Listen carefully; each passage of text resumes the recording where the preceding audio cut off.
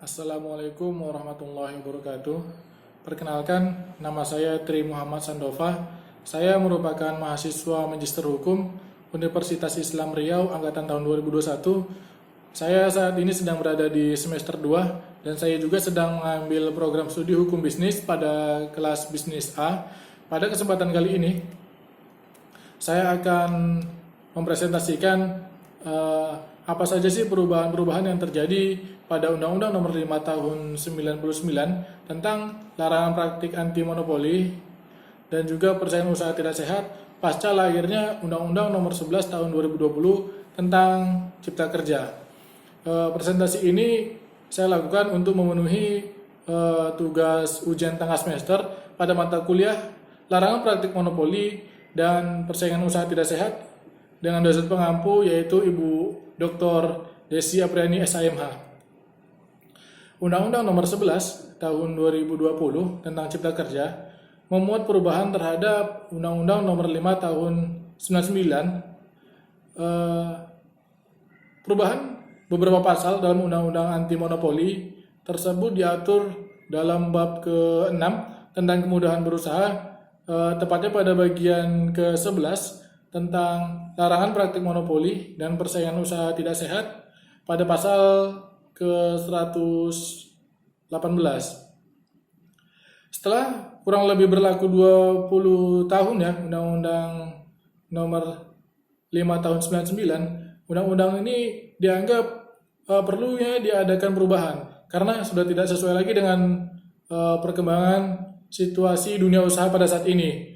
Untuk itu, pemerintah melalui Undang-Undang Nomor 11 Tahun 2020 atau Undang-Undang Cipta Kerja melakukan perubahan di beberapa pasal untuk menyesuaikan dengan situasi dunia usaha saat ini. Kemudian apa saja sih perubahan-perubahan yang terjadi? Untuk itu pada kesempatan kali ini saya akan membahasnya secara singkat dan jelas.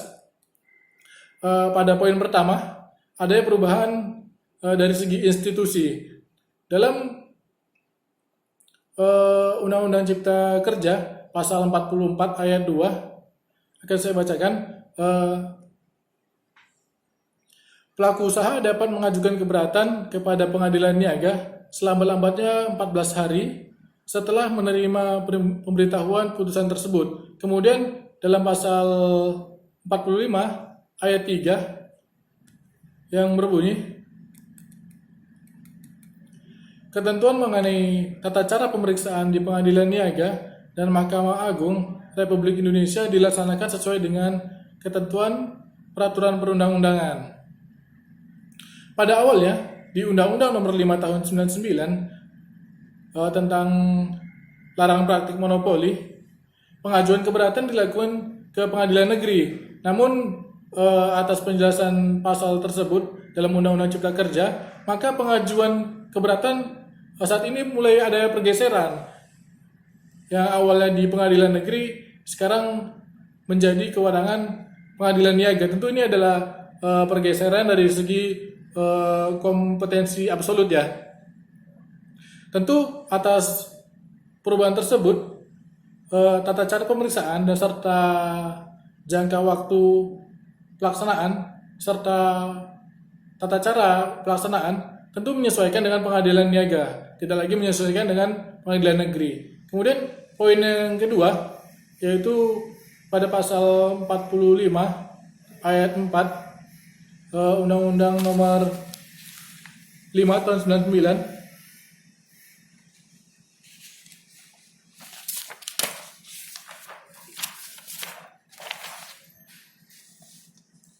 Mahkamah Agung harus memberikan putusan dalam waktu 30 hari sejak permohonan kasasi diterima. Jadi setelah lahirnya Undang-Undang Cipta Kerja pasal 45 ayat 4 Undang-Undang Nomor 5 Tahun 99 ini dihapuskan begitu. Kemudian poin selanjutnya, poin yang ketiga, tidak adanya penjelasan lingkup pasal mana saja yang masuk terhadap penghentian kegiatan yang dapat menimbulkan praktik monopoli.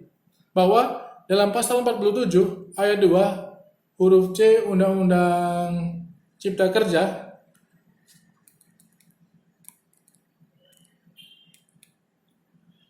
yang berbunyi perintah kepada pelaku usaha untuk menghentikan kegiatan yang terbukti menimbulkan praktik monopoli, menyebabkan persaingan usaha tidak sehat, dan atau merugikan masyarakat sebagaimana dimaksud dalam pasal 17, pasal 18, pasal 19, pasal 20, pasal 21, pasal 22, pasal 23, pasal 24, pasal 26, serta pasal 27.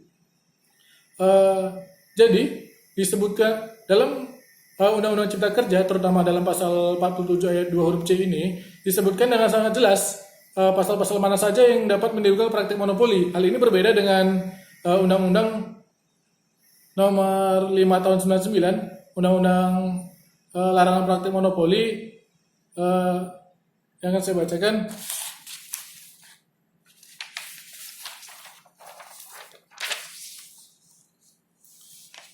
Perintah kepada pelaku usaha untuk menghentikan kegiatan yang terbukti menimbulkan praktik monopoli dan atau menyebabkan persaingan usaha tidak sehat dan atau merugikan masyarakat. Jadi ada sedikit perbedaan ya antara pasal 47 ayat 2 huruf C versi Undang-Undang Cipta Kerja dengan pasal 47 ayat 2 huruf C Undang-Undang versi larangan praktik monopoli. Karena di dalam Undang-Undang Nomor 5 Tahun 99 tidak adanya penjelasan lingkup pasal mana saja yang masuk ke dalam penghentian kegiatan yang dapat menimbulkan praktik monopoli. Jadi di dalam undang-undang ini tidak ada penegasan secara jelas gitu. Jadi terlalu bias, sehingga dalam Undang-Undang Cipta Kerja dijelaskan sangat rinci pasal demi pasal begitu. Kemudian poin yang keempat, penghapusan batasan maksimal denda. Dalam pasal 47 ayat 2 huruf G Undang-Undang Cipta Kerja, pengenaan denda paling sedikit yaitu 1 miliar rupiah. Jadi dalam Undang-Undang Nomor 5 Tahun 99,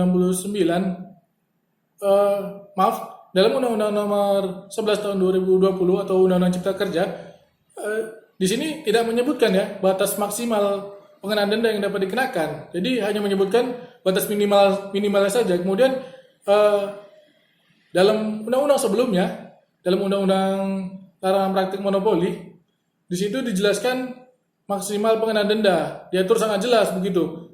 Karena yang minimal disebutkan minimal 1 miliar dan maksimalnya 25 miliar gitu. Tetapi di Undang-Undang Cipta Kerja yang sekarang di situ hanya menyebutkan pengenaan denda minimal saja, dengan penyebutan maksimal dendanya tidak ada diuraikan di dalam undang-undang tersebut.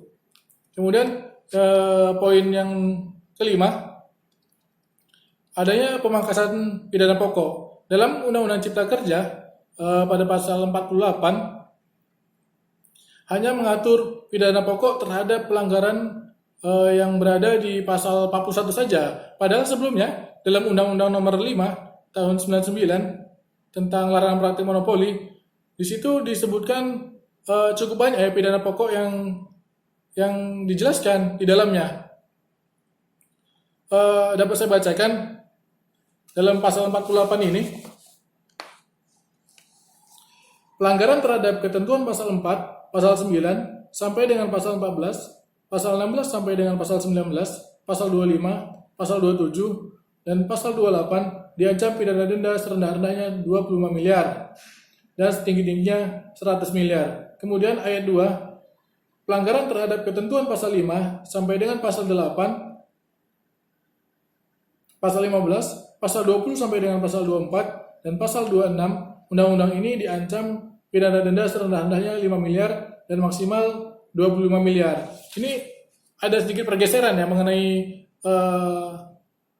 pidana pokok yang dapat diterapkan. Dari dalam Undang-Undang Cipta Kerja ini, ruang lingkup sesuatu yang dilarang atau yang dapat dikenai pidana hanya mencakup pasal 41 saja. Sementara dalam Undang-Undang Larangan Praktik Monopoli, Undang-Undang Nomor 5 Tahun 99, di situ sangat banyak ya pasal-pasal yang dapat menerangkan kegiatan-kegiatan apa saja yang dapat dikenakan pidana begitu. Kemudian saya masuk dalam poin yang ke-6, yaitu dalam Undang-Undang Cipta Kerja, pidana denda ditetapkan paling banyak maksimal 5 miliar tanpa disebutkan minimal denda yang harus dibayarkan. Padahal dalam Undang-Undang Nomor 5 tahun 99 ditetapkan denda paling rendah minimal tuh 1 miliar. Jadi ada penghapusan minimal denda yang harus dibayarkan dalam Undang-Undang Cipta Kerja ini. Selanjutnya poin yang ke-7, pidana tambahan dihapus.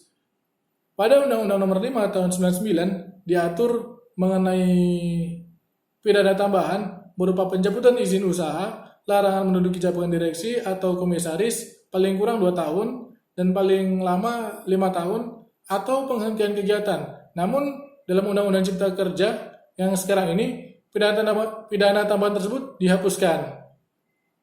Jadi itulah beberapa poin yang dapat saya jelaskan, perubahan-perubahan apa saja yang terjadi dalam terhadap lahirnya Undang-Undang Cipta Kerja yang awalnya larangan praktik monopoli diatur dalam Undang-Undang Nomor 5 tahun 99. Sekarang ada perubahan pada pasal demi pasal ya, yang dituangkan dalam Undang-Undang Nomor 11 tahun 2020 tentang Cipta Kerja. Mungkin hanya itu yang saya dapat sampaikan. Kurang lebihnya saya mohon maaf. Wassalamualaikum warahmatullahi wabarakatuh.